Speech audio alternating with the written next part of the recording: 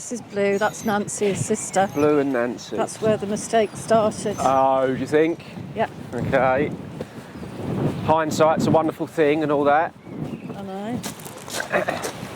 Actually, I'm quite impressed he's not barking or... You know, he's just... Come on. Come on. Good boy. Seems quite happy having a sniff. Yeah. So, what is Blue's story?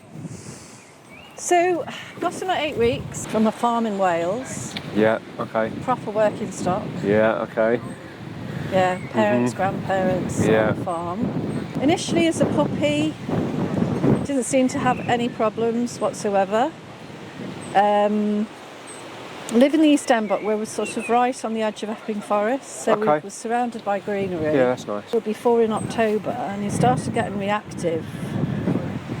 It's gradually sort of happened. I noticed when he was a puppy, he might be a little bit reactive with other dogs. Okay.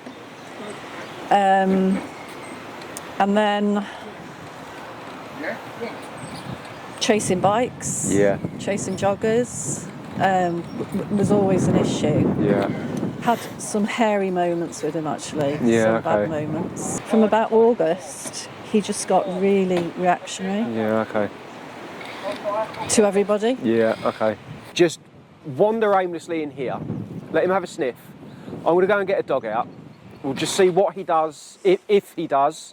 Yeah. I'm sure he will. I hope he does. Yeah. I don't need you to do anything. Just as if this was anywhere, as if you was just trying to get your way into Epping. Just have a wander, let him sniff. We'll see what he does. I'll put the dog away and we'll go from there. We'll start working backwards from that point. Okay. All right. Just be aimless for a minute. Thank you.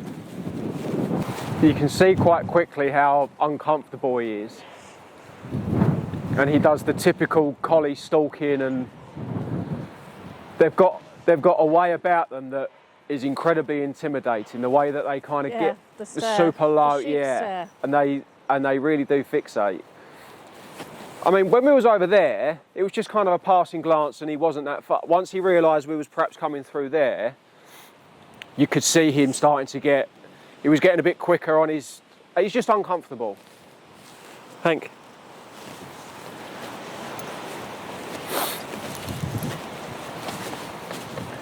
Blue. This way. And how regularly is he muzzled? Do you muzzle him on every walk, or a bit select at every walk? Every walk. I'll take it off when I'm sort of going towards the car. Yeah, okay. I'll take the muzzle off maybe for the last 50 yards or something like that. All right, okay. Do you want me to just carry on walking round? Yeah. Come on.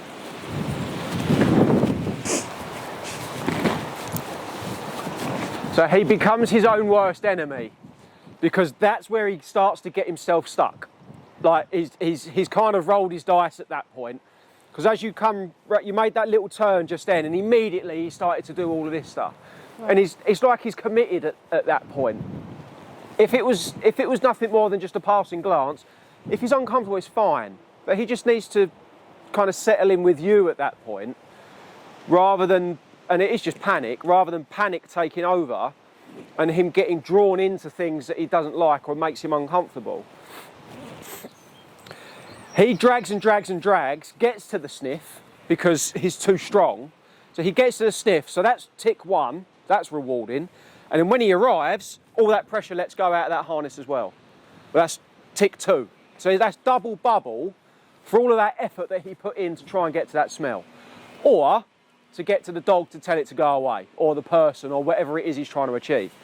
If you can start to change that communication, good boy, to where actually moving back towards it is now beneficial.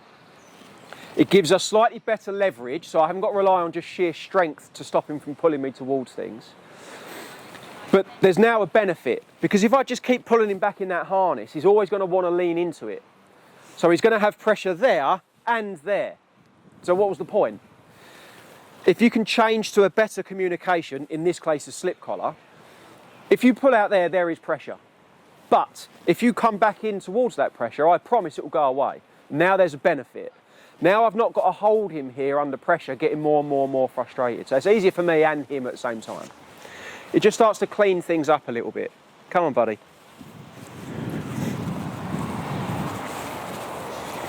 Good lad. Pardon? Well, that's why I asked at the car, does it help you or not? Because you find a lot of the time that, because people use jackets, they'll wear high vises or slips on leads and stuff that will say nervous or reactive or give space. And you have a portion of people that understand that and they'll do exactly as you said. They'll put their dog on a lead or they'll take a wider berth. And then you get the other smaller percentage of people where it's like a beacon where we then want them to come over and give them advice about their nervous dog that they had 30 years ago and how they fixed it by doing whatever it was. Yeah. So it is tricky because it becomes like advertisement for people to go, oh, but they're all right with me. Just once they've had a sniff, they'll be fine. So yeah, it gets tricky sometimes with stuff like that. I mean, I had a border collie before I got these, and you know, I was thinking every border collie's the same, but they're not. Oh no. No, he was such a perfect dog, and Yeah. that's what I was expecting from these two. And then when I got him, I wished I'd got another one. But Right, that's okay. totally my ignorance, because now I would never, ever advise anyone to get two dogs. No, certainly not two collies. No. You might find it, you're Yeah. Keep your arms down by your I think it's because they're like submissive, maybe. Enough. wasn't necessarily pulling, Good boy.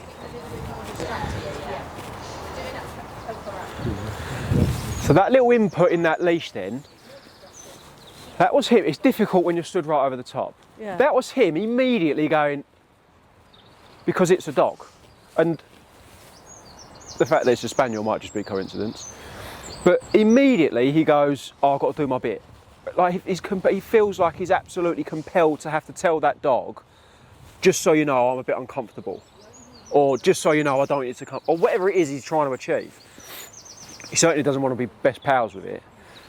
But in that moment, that's where normally we're going to get that gradual increase in pressure, and he's going to start to lean across, and then your arm's going to have to try and keep steering him round, because now we're getting into a bit of a hoo-ha, and it will just immediately create panic within him. I mean, you'll see the effect. I mean, his tail's gone at this point. Whereas changing that input to, and it was quite minor to be fair, but changing that input to like a hey, like Blue, what are you doing? Like where have you just gone? You know, because all we're trying to achieve is zero pressure, zero restraint, and we're just trying to get from A to B. Whether they're there or not, this is how I'd like us to get from there to there. The other thing that we're guilty of a lot of the time is keep changing our rules when the environment changes around us. Yeah.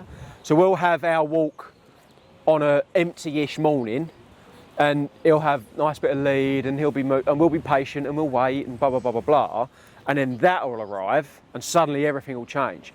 Our pace will change, his length of lead will change. There's tension, there's pressure, especially if you've got two of them at that point, because you don't want to get tied up in knots or whatever. Blue, this way, buddy. And it just kind of makes that relevant to him at that point. You know, he's looking at that going, until you arrived, actually, we was doing all He right. would normally be like, Yeah. It's not fair for him, but we could probably recreate that quite quickly just by me walking him around on that harness for a little while. Because he'll just get more and more frustrated, a little bit more stressed. He definitely knows where he wants to be. Little safe haven in the car. Oh, good lad. It's just finding a healthier coping mechanism. Being able to slow him down so he's not stuck in this state of panic, having a busy brain the whole time. So much of it is reliant on good communication down the lead. Good boy, bud. Come on in. Let's go. No, this way. There you go. There you go. A good way to treat a nervous dog is like your drunk best mate. oh, I love you, but you've had a few too many sherries. yeah, You're not making choices anymore. right. Yeah, I'll decide how we're going to get home from here. That happens a lot. This way. Good lad. Blue. Good boy. Blue. Sit. Sit. Good.